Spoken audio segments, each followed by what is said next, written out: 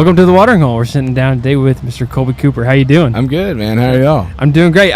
You got the Yingling light over here? I do. That was a gift from somebody about 5 minutes ago. Perfect. That's great.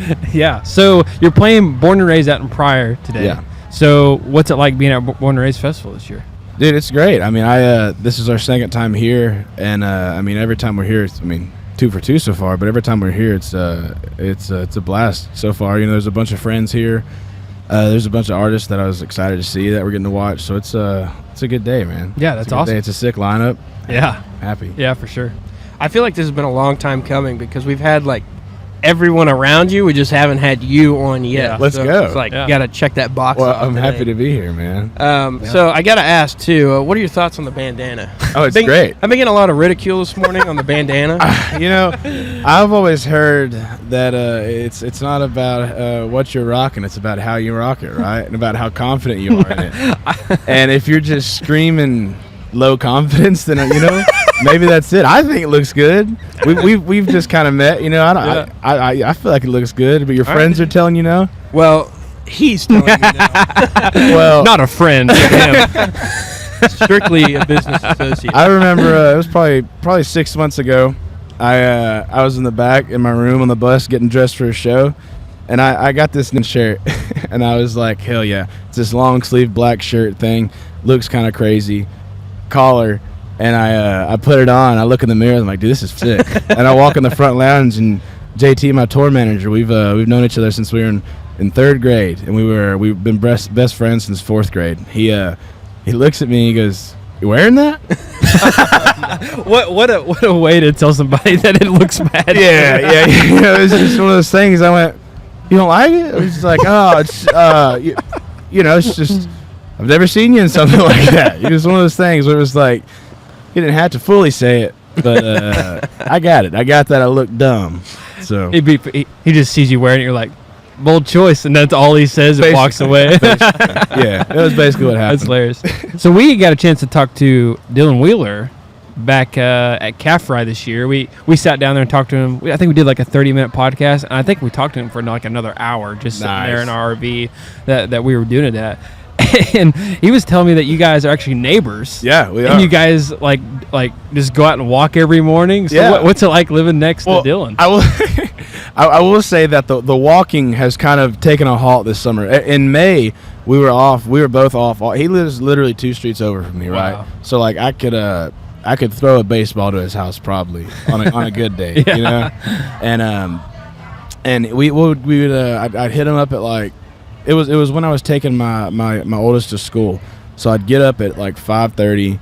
I'd text Dylan and be like, "Hey dude, let's walk in whatever, 10 minutes, let's go." I'd get up, get ready, he'd meet me over at my house, and we'd just walk around the neighborhood or we'd go down the road to this park and walk 3 miles or so. And I was like, dude, we're doing a really good job. We're gonna not be fat by the end of the summer. This is gonna be great. We're eating better. And then touring started back up in June, and since I would say probably June 2nd, me and Dylan have not walked. Oh no! Oh no! A bunch of days. Oh, it's 6. But it's about time. It's getting cool again. Yeah. Kiddos are back in school. It's prime time to get back up and get active. Summer's fine, man. Yeah, it is. I mean, today's a prime example. Dude, who the fuck? Yeah, who's one? I mean, we got our guitar player is Paul. He's a ex-military and he works out when it's hot. But what right-minded human works out when it feels like this, dude? Like, yeah. Being alive is a workout enough. That's hilarious. That's a great way to put that. Do you have any hobbies like golfing or anything like that? Do you? Yeah, I do love golf. On a good day, like we played yesterday, it was miserable, man. It was like, I don't know, like 95, and it was humid as shit. We were down in Houston.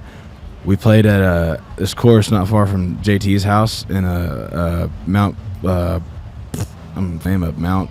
I don't even remember, but it's somewhere down there. And there's this course called Eagle Point, and we got out there and we played 9 holes. And I was like, yeah, 9. I'm more of a 9-hole guy, anyways. Like 18 is, again, it's just too hot. If it's like December 25th, maybe I'll play 18. But even on Christmas. yeah, dude, even on Christmas, man, in Texas, dude, Christmas has been like 75 the past 2 years. It's no fun. Yeah. But we went out there and played 9 holes, and after 3 holes, I was like, man, what hole are we on? How many holes we got left? He was like, oh, we got 6. I think we should call it early or something. It's like, I don't know, man. We didn't. We finished it out, but I'm awful. I'm awful at golf. I like video games more though. I was gonna ask you about that because we were talking to Dylan and he was saying he's like, yeah, we play Fortnite all the time and just sit there and just grind at Fortnite. Before we walked over, or we got brought over here on the little golf cart. Before we got brought over here, JT was set up in the front lounge of the bus, and I was set up in the back lounge, and we were running duos, man. We were going hard. I need to call Dylan and see if he's on. He's been gone all summer. We've both been gone touring all summer, so it's like I felt so weird. I haven't seen him in like really like a month and 2 weeks, and it's been the longest we hadn't seen each other like from when they moved in February and we moved in around them. We were hanging out like 3 times a week, and he's like it's my guy. Yeah. I miss him, dude. So we've spent all summer away from each other, and it's about time for it to cool down and for us to start walking again and start playing Fortnite again, man. I was so bad they're like jumping on the trampoline over Dylan's house. On the golf thing, I mean, like, I even think like, and I really like to play golf, but some days it's like, can we play like 14 holes of golf, 13 holes? Yeah. Like, that's how long a golf course should be, because sometimes you get to like the last like 4 or 5 holes, you're just like, I don't even care where this ball goes. Oh, dude. I mean, we played 9 in the last 3 holes. I literally got there and swung my driver as hard as I swing it, sliced the ball, and then sat in the golf cart just playing music and smoking joints for the rest of the hole. I would hit it, be like, well, there's another ball I lost. And I'd light it up, sit there, just, oh, let's listen to Waylon. Oh, let's listen to Kid Cudi. Oh, it's my turn to hit again. Slice it. All right, back to what I'm doing. He'd do it. JT's really good. Are you like a certain brand on your golf balls, or are you just like the refurbished whatever you find? Man, I'm not a golf ball diva, but normally I just buy at the golf course, which the one bad thing is normally I feel like they only have nice golf balls at most of these courses. Like, they don't carry just, I don't know, $20 golf balls. Yeah. You got to spend like $60 on getting golf balls, and then $60 in the round, and then I lose all the golf balls within the first like 9 holes. Yeah. So it's golfing's expensive with me, you know. Yeah. So I just had a great idea. So we have this like mini series. We haven't done it in a while now, just because we've been lacking videographers. But what we'll do is we'll go play 9 holes with like an artist, and whoever they want to play, and then we'll have them play an acoustic song at the end. Oh, hell we need to do a 9 holes and 6 string with him and Dylan. Yeah, that'd be great. That'd be so fun. Because we're also terrible at golf too, so it'd be just a good time. I'm down, man. I'm down. I love playing with Dylan too. I love just hanging out with Dylan. Dylan's one of the funniest I've ever met in my life. Yeah. We can just be sitting there doing the most nothing thing, and he'll make you laugh about it. It's great. He was just a super cool guy. Like, I mean, even after we got done, he like just hung around and just chatted it up, you know. Yeah. I mean, he's a super cool dude. He is, man. He's a sweetheart. He's one of a kind. Yeah, for sure. So I think you've got a new song out as well, right? Yeah. We released a song back in May called Mama that it's about like, I guess it's about struggling with life in general. It's kind of, I've had a few people reach out to me through DMs and stuff, and they're like, man, this song, like, when we wrote it, we kind of like, I don't know, I had the hook, Don't Put That On Me Mama, like, saved in my phone for a while, and I pitched it, we wrote it, and I was like, fuck this, I love this song so much. And then we put it out, and we started getting DMs about from people being like, "Hey, man, I've been struggling with alcohol the past year, you know, this many years, or this, you know, since I was 18, or started drinking.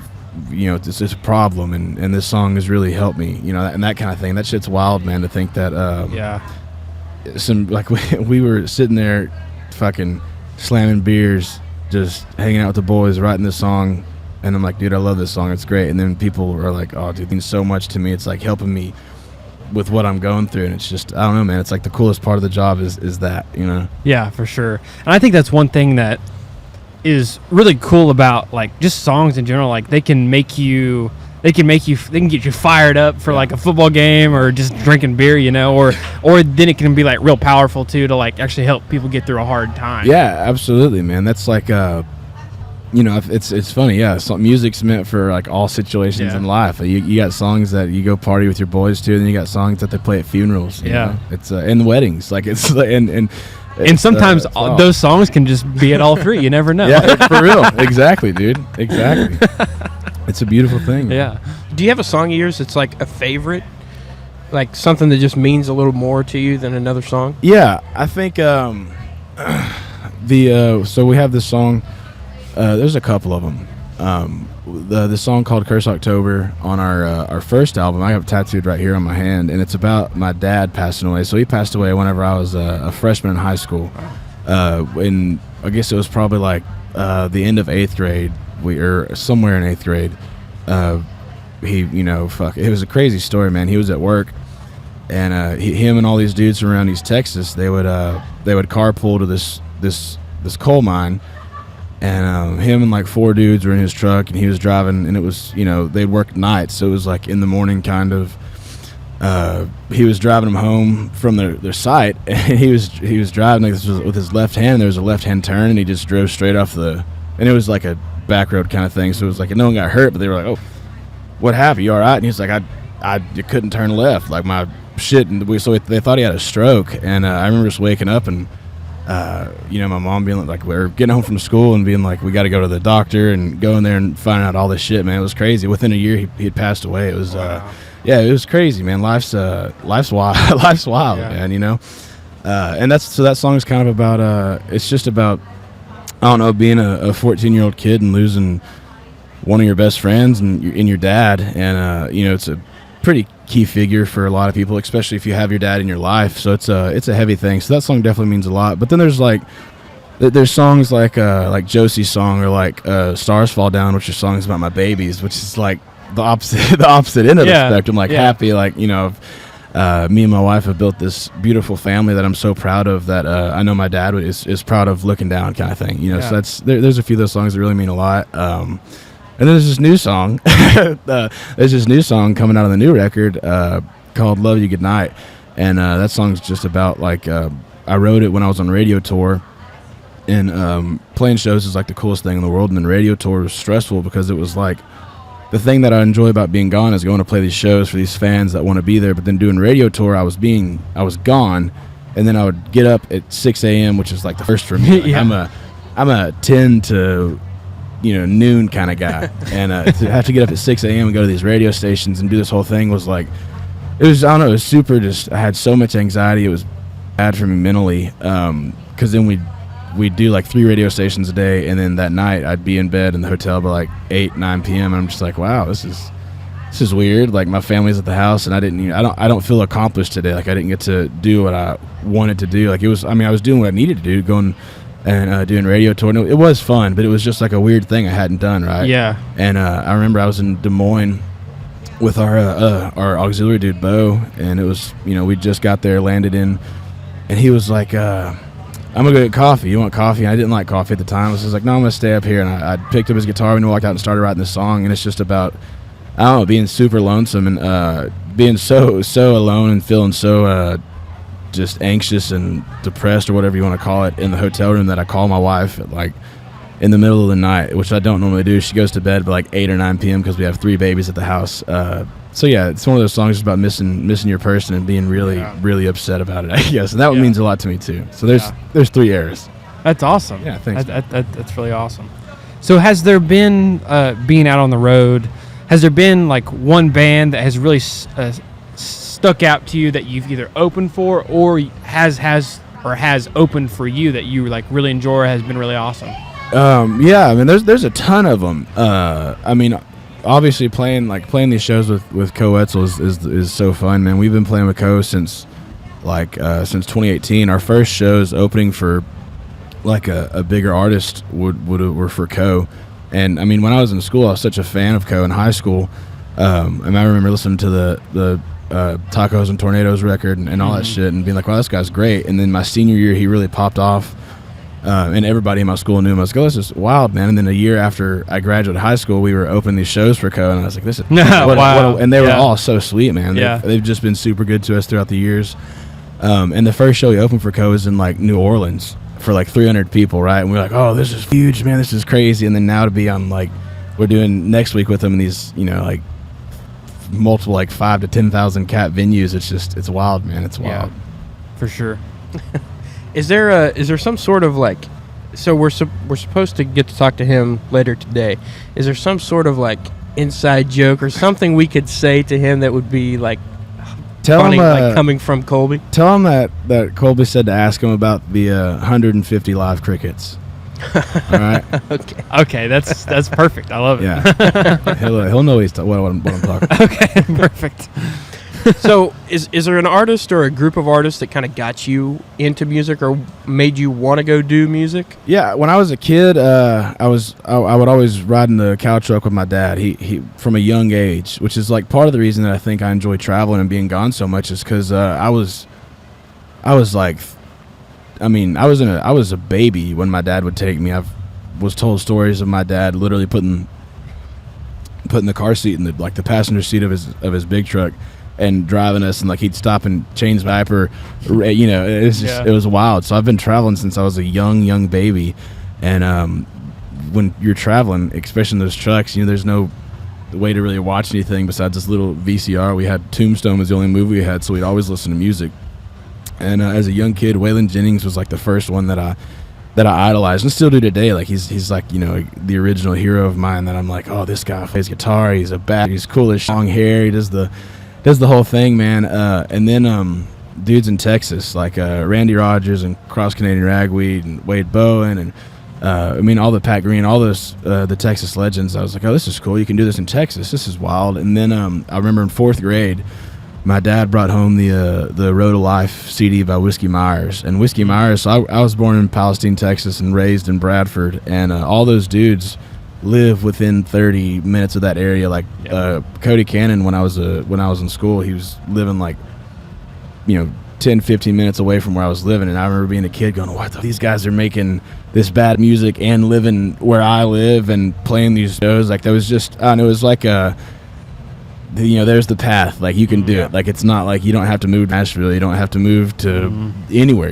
I live in Tyler, Texas, and I just moved there because I grew up 45 minutes from. I love Tyler. It's like the bigger town of East Texas, and it's I don't know. It's a beautiful little town. It's not too big, and there's a regional airport, so I can fly anywhere I need to go. Man, it's perfect. Yeah, that's awesome. Yeah. Where can people check you out for the stuff you got coming up down the road, tour dates, all that kind of stuff? Kolby Cooper on any social media. Kolby Cooper _, I think is what it is. Just type in my name, and there should be a blue check mark that leads you there, hopefully. And then on weird flex. No, dude. The only reason I say that, dude, somebody commented on my on a post the other day, like, and the check marks or whatever, dude. It's literally just for people who are tricked easily, I guess. I don't know, because I got this comment the other day on a video. Like, I posted some video golfing or video of us playing a show or playing a song or something, and somebody commented, I have the $2,000, now what do I do with it? And I was like, I don't know what they're talking about. You're probably not talking to somebody that has anything to do with me. God, I hope so. And it's like, I don't know, there's so many fake accounts that I don't know. What are you supposed to do about it? I just would hope that you read the name, and when it says Kolby Cooper or Kolby Copper or Kolby with a C, I just hope that it's not me. I don't know, man. Well, Kolby, we really appreciate you stopping by and coming on, and hopefully we can catch you down the road somewhere, maybe out at Stillwater at the Tumbleweed or something. Yeah, man, absolutely. Thank y'all for having me. I really appreciate it. It's fun. Yeah.